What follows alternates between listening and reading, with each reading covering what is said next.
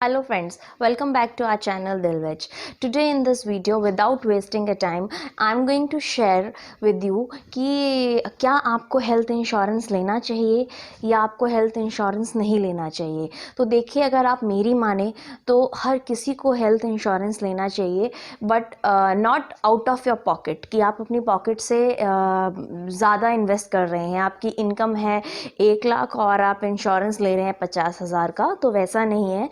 But अगर आप एक ठीक ठाक सा हेल्थ इंश्योरेंस अगर आप ले रहे हैं तो आप मानिए इट इज़ रियली बेनिफिट।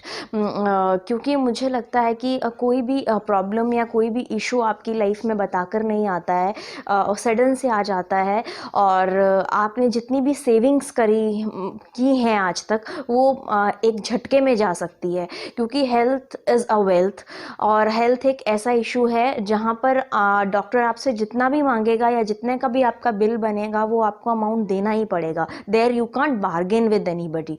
ठीक है, तो आज मैं आपसे बात करने वाली हूँ कि आपको कौन कौन सा हेल्थ इंश्योरेंस लेना चाहिए। मेरे अकॉर्डिंग मार्केट में there is near about 34 companies are there जो आपको हेल्थ इंश्योरेंस दे रही हैं, बट मैंने उनमें से अपने एनालिसिस के अकॉर्डिंग 2 बेस्ट कंपनीज आपके लिए चूज़ करी हैं, जो कि मैं आपको रेकमेंड करूँगी कि आप उनका हेल्थ इंश्योरेंस ले सकते हैं। बट स्टिल आप हेल्थ इंश्योरेंस लेने से पहले कुछ चीज़ों का ख्याल आपको रखना है, जो कि मैं आपको इस वीडियो में बताऊंगी। हेल्थ इंश्योरेंस में क्या क्या कवरेज होगा और क्या कवर नहीं होगा, everything I am going to tell with you. ठीक है, so let's start and begin the video. चलिए, पहले मैं आपको बताती हूँ कि हेल्थ इंश्योरेंस में क्या क्या चीज़ें जो हैं वो कवर होती हैं। सबसे पहले हॉस्पिटलाइज एक्सपेंसेस, जितने भी, मतलब अगर आप 24 घंटे से ज़्यादा हॉस्पिटल में एडमिट हैं तो उसमें जितना भी आपका खर्चा हुआ है, चाहे वो आईसीयू, मेडिकल, नर्स, डायग्नोसिस, बीमारी में जितना भी इन सब चीज़ों में खर्चा हुआ है वो सब इसमें कवर होता है। Next is pre hospital and post hospital. Pre hospital में क्या है कि आपको मानिए कि आपको आज हॉस्पिटल जाने की ज़रूरत पड़ी, तो कुछ कंपनीज जो हैं वो उससे 60 दिन पहले या फिर 30 दिन पहले का भी क्लेम आपको देती हैं। दैट डिपेंड्स कि आप किस तरह का अपने लिए प्लान चूज़ कर रहे हैं, किस कंपनी का प्लान चूज़ कर रहे हैं। तो अगर आज आपकी बीमारी डायग्नोस हुई है तो कुछ कंपनी आपको उससे 60 दिन पहले का जो क्लेम है वो आपको देंगी, और कुछ कंपनीज 30 डेज पहले जो भी आपका खर्चा हुआ है वो आपको देंगी। That is pre hospital. And next is post hospital. That is कि आपका डिस्चार्ज आज हॉस्पिटल से हो गया है तो उसके कितने दिन तक आपको जो भी आपका खर्चा हो रहा है उस बीमारी से रिलेटेड वो आपको कंपनी देगी। That depends upon company to company. कुछ लोग आपको डिस्चार्ज होने के बाद 60 दिन का नेक्स्ट क्लेम आपको देते हैं, और कुछ कंपनीज हैं जो 180 डेज तक भी आपको जो है आपको क्लेम देती हैं आपके डिस्चार्ज होने के बाद हॉस्पिटल से। ठीक है, तो आई होप दोनों चीज़ें आपको क्लियर हो गई हैं। Pre hospital and post hospital, बीमार होने, हॉस्पिटल में एडमिट होने से पहले और हॉस्पिटल से डिस्चार्ज होने के बाद का जितना भी अमाउंट आपका लगता है किसी पर्टिकुलर बीमारी के लिए, वो क्लेम हो जाता है। ठीक है, एंड नेक्स्ट इज कि इसका जो स्लैब्स है वो किस किस तरह से होते हैं इंश्योरेंस के। कुछ आप इंश्योरेंस 3 लाख से 5 लाख के बीच भी ले सकते हैं, 7.5 से लेकर 15 लाख के बीच तक का भी ले सकते हैं, और कुछ हैं जो 20 लाख से लेकर 75 लाख तक का भी आपका जो क्लेम है वो आप क्लेम कर सकते हैं। बट डिपेंड कि आपका प्रीमियम उस हिसाब से डिसाइड होगा। जितना बड़ा आप क्लेम ले रहे हैं उतनी ही बड़ी आपको मतलब किश्त भी चुकानी होगी उसकी। ठीक है, एंड नेक्स्ट इज कि आप इंडिविजुअल भी अपना हेल्थ इंश्योरेंस ले सकते हैं और फैमिली फ्लोटर के साथ भी ले सकते हैं। आप अपने साथ अपनी फैमिली को भी इंक्लूड कर सकते हैं। हम बात करेंगे कि कौन सी ऐसी चीज़ें हैं जो आपके हेल्थ इंश्योरेंस में कवर नहीं होती हैं, और ये ऐसी चीज़ें हैं जो कोई भी कंपनी आपको हेल्थ इंश्योरेंस लेने से पहले जनरली आपको नहीं बताती है ये सब चीज़ें। और ये सब चीज़ों का ध्यान सिर्फ आपको रखना है, क्योंकि जो पैसा है वो आपकी पॉकेट से जा रहा है, तो ख्याल भी आपको ही रखना है। आप कोई भी हेल्थ इंश्योरेंस लेने से पहले उसकी टर्म्स एंड कंडीशन को बहुत अच्छी तरह से पढ़ें। ठीक है, तो सबसे पहले आप देखिए कि ओपीडी चार्जेस जो हैं वो इसमें इंक्लूड नहीं होते हैं, ठीक है। लेकिन कुछ राइडर के साथ, राइडर मतलब कि आप कुछ एक्स्ट्रा अमाउंट प्रीमियम उनको अगर देते हैं तो फिर वो ये चीज़ें आपके साथ ऐड हो जाती हैं कुछ वेटिंग पीरियड के बाद। जैसे कि आपको मैं समझाऊं कि मान लो कि मैंने आज अपना हेल्थ इंश्योरेंस ले लिया और मेरी पॉलिसी में कहा गया है कि जो मेरे को ओपीडी के जो चार्जेस हैं वो 2 साल के बाद मिलेंगे। मतलब कि 2 साल तक मुझे वेटिंग पीरियड करना होगा, उसके बाद ही मेरे जो ओपीडी चार्जेस हैं वो मुझे इस हेल्थ इंश्योरेंस के अकॉर्डिंग मिलना शुरू होंगे। तो जनरली ओपीडी चार्जेस नहीं होते हैं, बट कुछ कंपनीज ऐसी हैं जो ओपीडी चार्जेस आपको देती हैं बट विद द राइडर। या तो फिर आपसे वो एक्स्ट्रा प्रीमियम लेंगे या तो फिर आपको वेटिंग पीरियड होगा, कुछ ना कुछ ऐसा ऑप्शंस होगा उनके पास, ठीक है। और जितने भी मैटरनिटी चार्जेस हैं वो भी इसमें नहीं होते हैं, आपकी प्रेगनेंसी एंड ऑल वो सब भी इसमें कवर नहीं होता है। बट कुछ कंपनी विद राइडर आपको ये चीज़ें प्रोवाइड करती है, या तो कुछ वेटिंग पीरियड के बाद या कुछ एक्स्ट्रा प्रीमियम आपको इस चीज़ के लिए देना पड़ेगा, ठीक है। Next is self harm. अगर आप खुद को सेल्फ हार्म कर रहे हैं, सुसाइड कर रहे हैं, तो उन चीज़ों में भी आपका क्लेम कवर नहीं होता है, ठीक है। Next is accident at war zone. अगर आप किसी लड़ाई में है, किसी जंग में है, वहाँ अगर आपको कुछ हो जाता है तो आपका जो ये क्लेम है वो कवर अप नहीं होता है, ठीक है। एंड नेक्स्ट इज कि लिस्टेड डिजीज़ेस जो उनके परफॉर्मा में या जो उनकी टर्म्स एंड कंडीशंस में जो लिस्टेड डिजीज़ेस होती हैं, जिस तरह से मैंने आपको यहाँ पर मेंशन किया है कुछ लिस्टेड डिजीज़ेस जो आप देख सकते हैं, जनरली ये लिस्टेड डिजीज़ेस होती हैं, ये जो हैं वो कवर अप नहीं होती हैं। और अगर कवर अप होती हैं तो उनके लिए वेटिंग पीरियड होता है कि ये वाली डिजीज़ हम 2 साल का प्रीमियम भरेंगे उसके बाद कवर होंगी, या 4 साल का प्रीमियम भरेंगे उसके बाद हम इन डिजीज़ेस को कवर करेंगे, ठीक है। And next is pre existing diseases. Pre existing का मतलब है कि जो डिजीजेस आपको पहले से हैं, जैसे मान लीजिए कि मैंने आज हेल्थ इंश्योरेंस लिया लेकिन मेरे को डायबिटीज पहले से ही थी, तो वो भी इमीडिएट वो कुछ कंपनीज देती हैं इस चीज़ पे भी क्लेम, लेकिन कुछ कंपनीज क्लेम नहीं देती हैं, और अगर कुछ देती हैं तो वो वेटिंग पीरियड के साथ देती हैं कि आपको 3 या 4 साल या 5 साल वेट करना पड़ेगा, उसके बाद ही हम आपकी प्री एग्जिस्टिंग डिजीजेस को इसमें इंक्लूड करेंगे, ठीक है। And next is diseases due to self abuse. अगर आप बहुत ज़्यादा ड्रिंकिंग करते हैं, बहुत ज़्यादा स्मोकिंग करते हैं, आप ड्रग्स ले रहे हैं, तो इस तरह की चीज़ें भी जनरली क्लेम नहीं होती हैं आपके हेल्थ इंश्योरेंस। अब नेक्स्ट है कि किसी भी हेल्थ इंश्योरेंस को लेने से पहले हमें कैसे पता चले कि ये हेल्थ इंश्योरेंस अच्छा है या ये कंपनी मार्केट में अच्छा परफॉर्म कर रही है, या हम इस कंपनी से ये एक्सपेक्ट कर सकते हैं कि जब हमें क्लेम चाहिए होगा तो ये कंपनी हमें एकदम से क्लेम हमारा पास कर देगी। कैसे पता चलेगा हमें इन चीज़ों का? इस चीज़ के लिए आपको जो चीज़ देखनी है that is incurred claim ratio. Please ध्यान से सुनिए, इनकर्ड क्लेम रेशो, ठीक है। ये जो है IRDA हर कंपनी का डिसाइड करती है कि इनकर्ड क्लेम रेशो कितना है। अगर किसी भी हेल्थ इंश्योरेंस कंपनी का इनकर्ड क्लेम रेशो 60 से 90% तक है तो इट मीन्स वो कंपनी जेन्युइन कंपनी है। इसका क्या मतलब हुआ, मैं आपको मोटा मोटा समझाती हूँ।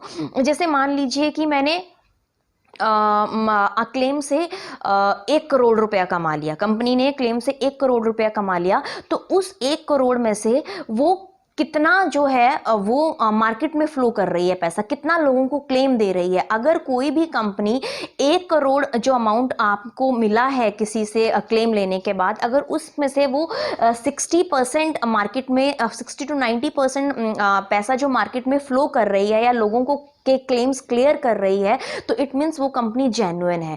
लेकिन अगर कोई कंपनी इससे कम दे रही है तो इट मीन्स वो कंपनी सिर्फ अपना फ़ायदा देख रही है, ठीक है, वो अपनी जेबें भर रही है। और अगर कोई कंपनी 100% ही क्लेम दे रही है तो इसका मतलब भाई वो कंपनी कभी भी दिवालिया हो सकती है, ठीक है। इस मतलब कि वो कंपनी कभी भी डूब सकती है, क्योंकि जो पैसा आ रहा है वो सारा ही पैसा वो मार्केट में फ्लो कर दे रही है, तो वो अपने लिए क्या बचा रही है। तो इट मीन्स कि उसकी सिचुएशन जो है वो अच्छी नहीं है। तो इसलिए जो इनकर्ड क्लेम रेशो है वो 60 to 90% होना चाहिए अकॉर्डिंग टू IRDA, ठीक।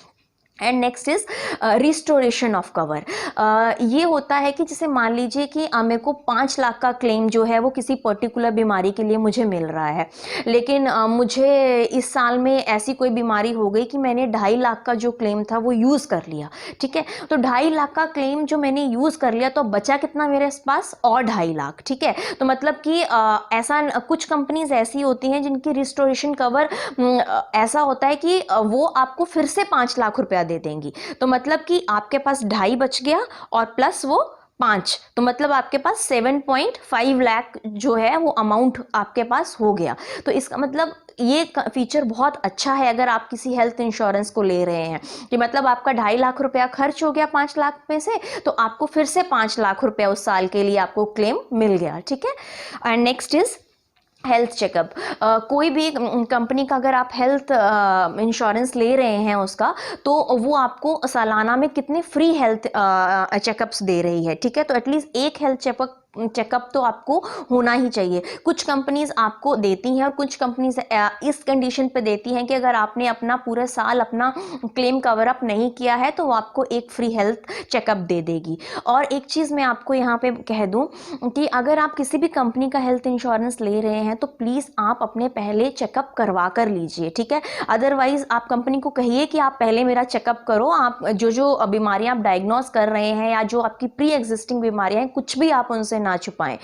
एंड नेक्स्ट इज कि कितने days pre and post hospitalization जो आपको डेज हैं वो कितने मिल रहे हैं। जितने ज़्यादा दिन आपको पहले और बाद में मिलते हैं, that is good health insurance, ठीक है।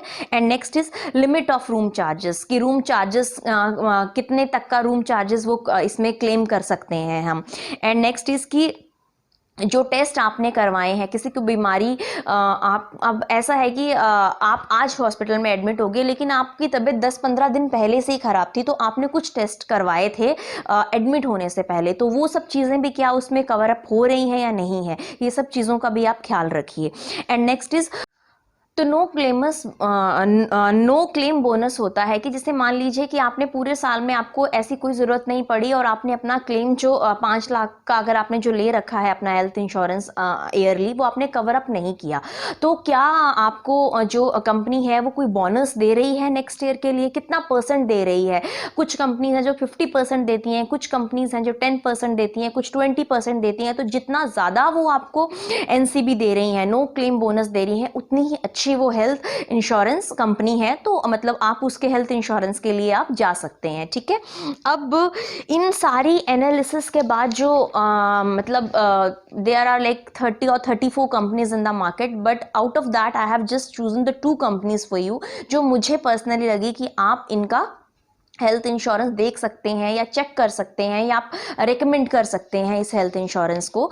So first is from star health insurance and second is HDFC Ergo health insurance. अब मैं आपको बताती हूँ कि दोनों में डिफरेंस क्या है, ठीक है।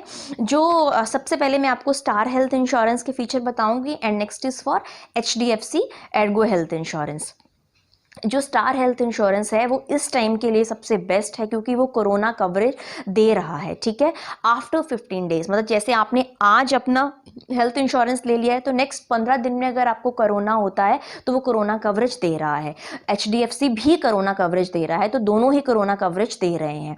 नेक्स्ट इज कि मर्टेंटली जो भी है, अगर आपकी प्रेगनेंसी है, आपकी डिलीवरी है, जितने भी ये सब फीचर्स जो हैं, मतलब आप प्रेगनेंसी से रिलेटेड जितने भी इश्यूज़ हैं वो ये चीज़ कवर करती है star health insurance, but only up to 15,000 से 20,000 तक का खर्चा जो है वो आपका क्लेम हो जाएगा। और अगर आपका सी सेक्शन एंड ऑल अगर आपका हुआ है तो आपका जितना भी खर्चा सी सेक्शन में हो रहा है तो ये कवर होगा, लेकिन 2 साल के बाद, ठीक है। अगर आपको स्टार्टिंग में जो फीचर मिलेगा, ये सब 15,000 से 20,000 तक का जो अमाउंट आपको मिलेगा ये मिलेगा, लेकिन आपको 2 साल के बाद, जब आप अपना 2 साल का प्रीमियम भर देंगे उसके बाद आपको ये फीचर्स जो है वो आपका स्टार्ट हो जाएगा। लेकिन जो HDFC एर्गो है वो ये फीचर नहीं देता है, ठीक है। And next is hospital room. Hospital room में जो 01 स्टैंडर्ड AC का जो रूम है उसकी पेमेंट स्टार हेल्थ इंश्योरेंस करेगा, और जो HDFC एर्गो है वो जो एक्चुअल अमाउंट है जितनी भी है उस रूम की, चाहे वो 01 स्टैंडर्ड AC का है या जितने भी जिस तरह का भी अमाउंट है, चाहे जो भी अमाउंट है वो उसको कवर करेगा। तो this feature is in HDFC Ergo is better. And next is no claim bonus. No claim bonus जो स्टार हेल्थ इंश्योरेंस है वो 50% देता है। मतलब अगर आज आपके पास 5 लाख का क्लेम कवर अप एक साल में आप कर सकते हैं, और अगर आपने उसको पूरे साल में यूज़ नहीं किया तो अगले साल आपको 50% एक्स्ट्रा आपको बोनस मिल जाएगा। तो मतलब आपके पास 2.5 लाख और अमाउंट बढ़ जाएगा। मतलब 5 लाख पिछले साल का और 5 लाख नेक्स्ट साल का, और प्लस आपको 50% बोनस, ठीक है। तो मतलब आपको 7.5 तक का आप क्लेम कर सकते हैं, ठीक है। एंड नेक्स्ट इज HDFC आपको सिर्फ 10% देती है एवरी क्लेम पे, ठीक है। And next is restoration of cover. दोनों में ही है कि अगर आप अपना 2.5 लाख का अमाउंट यूज़ कर लिया तो वो आपको दोबारा से 5 लाख का कवर अप आपको प्रोवाइड कर देंगे, ठीक है, उसी साल के अंदर। नेक्स्ट इज हेल्थ चेकअप जो है वो फ्री है स्टार हेल्थ इंश्योरेंस में, ठीक है। और HDFC एर्गो में हेल्थ इंश्योरेंस आपको ईयरली फ्री मिलेगा, that is after your 4 year of completion. जब आप अपना 4 साल का हेल्थ इंश्योरेंस भर देंगे उसके बाद वो आपको फीचर आपका पॉपअप होगा, ठीक है। एंड नेक्स्ट इज जो बिफोर हॉस्पिटल है that is 60 days in star health insurance, and that is same in HDFC 60 days. और जो आपको क्या था वो, दैट इज पोस्ट हॉस्पिटलाइजेशन का जो खर्चा है वो आपको स्टार में 90 डेज है, लेकिन HDFC में 180 डेज तक का है, ठीक है। तो HDFC is better in this case कि अगर आपको बीमारी से डिस्चार्ज होने के बाद 180 दिन तक वो आपको जितना भी आपका खर्चा है उसका क्लेम आपको देगा। एंड नेक्स्ट इज जो एम्बुलेंस चार्जेस हैं that is fix in HDFC that is 2000, पर स्टार हेल्थ इंश्योरेंस में जो बाय रोड अगर आप गए हो तो आपको जितना आपका अमाउंट लगा है वो आपको क्लेम हो जाएगा। और अगर आप एयर एम्बुलेंस कर रहे हैं, ऐसी कोई इमरजेंसी आ गई है कि आपको इमीडिएट एयर एम्बुलेंस का यूज़ करना पड़ा है, तो वो 2.5 लाख तक का पर एयर आपका कवर हो जाएगा, ठीक है। तो अगर मोटा मोटा देखें तो स्टार हेल्थ इंश्योरेंस अगर आप अपनी फैमिली और एक साथ में एक बच्चा, ठीक है, अगर आप इतने जनों के लिए अगर आप ले रहे हैं, मतलब a couple plus 1 kid with you, और आपकी उम्र 30 से 35 साल तक की है, तो आपका सालाना 15K के आसपास आएगा, और HDFC में दैट इज़ 14K।